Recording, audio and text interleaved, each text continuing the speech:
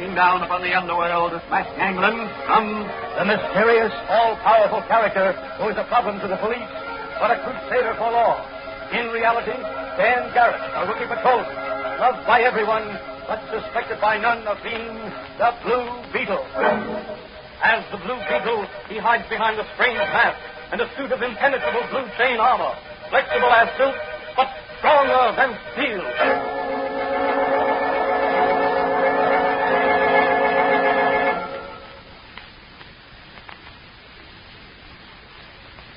Today's episode of the Fox feature, The Blue Beetle, is entitled Saved by a Hair. In all large cities, and even in smaller communities, there are unfortunates who are trying to live down a single misstep. Having served time in jail for some crime, generally a first offense, they have been paroled, released from jail with part of their sentence unserved, given a chance to try again to make useful citizens of themselves. Parolees, they are called. One misstep while on parole, and they may be returned to jail to serve out the full term of the sentence.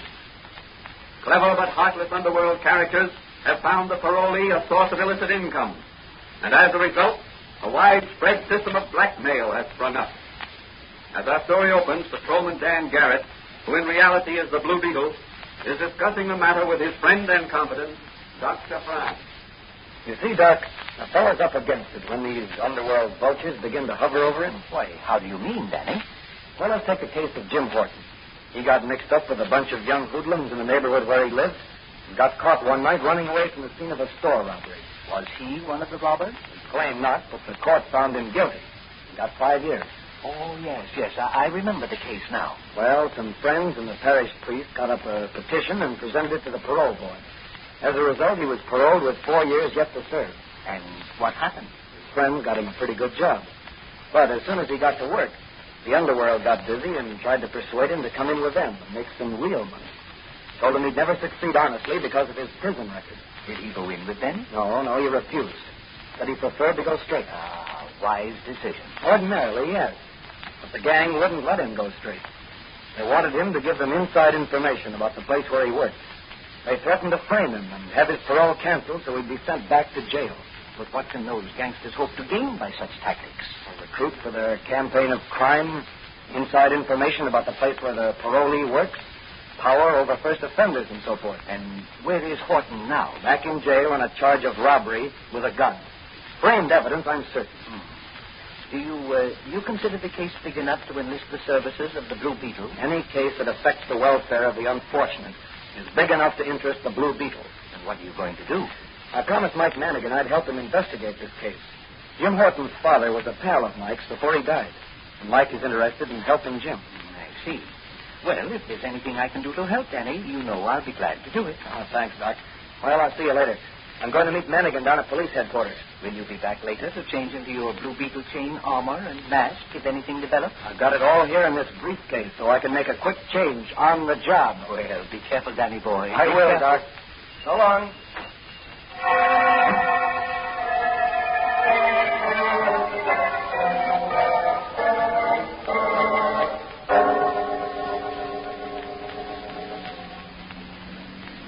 Where are you heading for, Mike? The old Empire warehouses on Dock Street. What's down there? And I got a mysterious phone call from Joe Riley to meet him down there. He's been working on the Helen Downey kidnapping case. Oh, yes. She's the daughter of the parole commissioner, isn't she? That's right. What's he found? He didn't say. He just told me to meet him in front of the... Hey, look at that car coming. Say, here's where we make a pinch for speeding. Look out, Mike. Machine gun. Wait, what the... Manigan. Somebody fell or was pushed out of that speeding car. Pull over to the curb, Mike. Yeah. And them guys were shooting at us. Did they get you, Mike? No. How about you, Danny? Not a scratch, but it was close. You hop out and take a look at the body, Danny, while I see if I can trail that other car. Never mind that car now, Mike. I've got the license number. Go phone for an ambulance while I look at this poor fellow. Okay. I'll be back in a minute. There's a drugstore on the corner.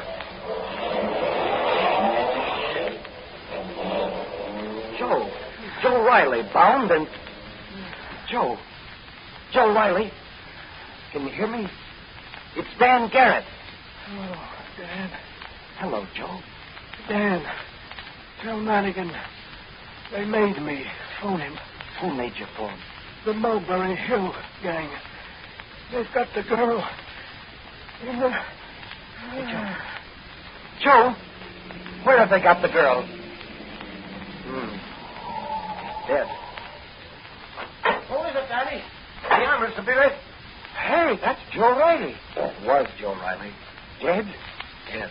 Who done it? Did he say? Yes, the Mulberry Hill gang. That's the gang that hangs out in Gus Heinrich's bar and grill. What's the matter, officer?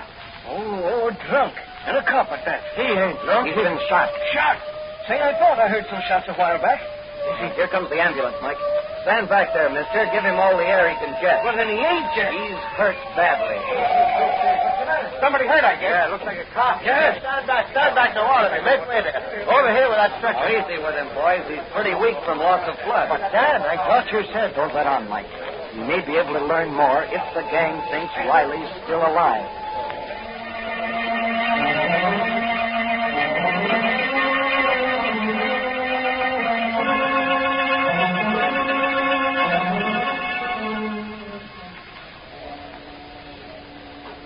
Well, what's yours, buddy? Ginger ale.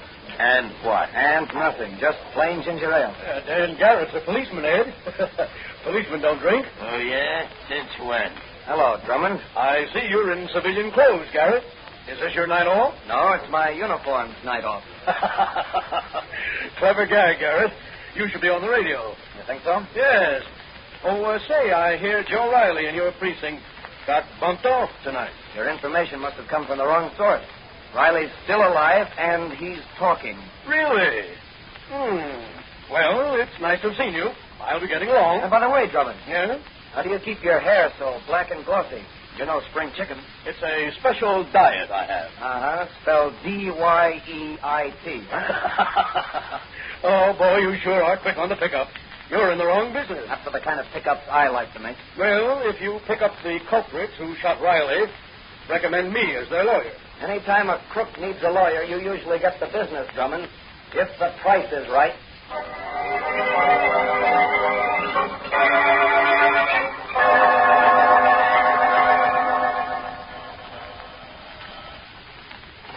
Hello? Yeah, this is Heinrich. Oh, hello, Drummond. What's that? Riley ain't dead. What? Dan Garrett, the cop? Oh, sure I will. I'll get some of the boys down there right away, and we'll take the girls to a new hideout. Sure, right away. The Blue Beetle. Yes, the Blue Beetle. What do you want? I ain't hiring no entertainers for my cafe. Whom do you hire to do your kidnapping? What? Oh, so Joe Riley... What? Plenty. And so did you over that phone just now. I don't know nothing. You'd better learn something mighty quick. The Blue Beetle doesn't waste time. You got nothing on me. I am a respectable cafe owner. Not from behind that desk, Heinrich, before I blast you with my magic ray. Now, take it easy, Blue Beetle. I don't know nothing about Joe Riley. Where have you hidden Commissioner Downey's daughter? I don't know nothing. Come on, speak up before I tear you apart. Who shot Riley and kidnapped Helen Downey? I don't know that. Get up or I'll give you some more of the same. I can't tell you. The big boss will kill me. Come on, get up on your feet. You're going to tell me what I want to know. What's the matter, Gus? Say, it's the Blue Beetle. Hey, Eddie, give me that bottle. And where you are, or I'll... Got him. Got the Blue Beetle with this paperweight. That's good work, Gus. He's out cold. What do we do with him? Tie him up. We'll take him out to the old... Wait a minute. Hello? Who? Yeah. What? Joe Riley was already dead when the ambulance picked him up. Then he didn't talk. Good. What? Mannequin is on this bay over here? What about? Oh, my license plate on the murder car. Say, I fixed that. Okay. Goodbye. What's the matter, Gus? Mouthpiece just phoned. Now, look, Nosey. Mike Mannequin is on his way over here. He'll get my sedan, drive it out to Lover's Leap, and run it off the cliff into the sea. You got it? Yeah, but be sure to take off the license plates first and destroy them. Also take one license plate from my roadster. But what's the idea? I'll say the murderers of Joe Riley must have stolen one of my license plates and used it on their car. Hey, the copper. What about the Blue Beetle here? I'll take care of him. Beat it, Nosey. Out the back way. Just a minute. I'm coming. First, I'll open the safe and make this look like a robbery.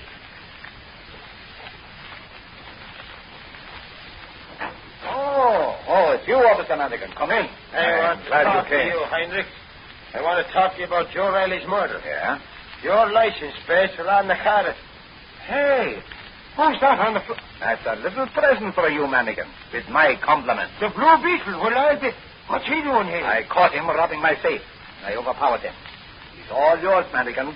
A suitable reward for a brave and capable guardian of the law.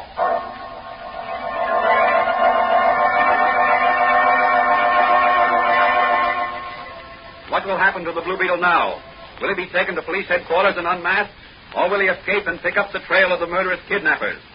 Is there some connection between the kidnapping of the parole commissioner's daughter and the parole racket? These questions will be answered in the next episode of The Blue Beetle.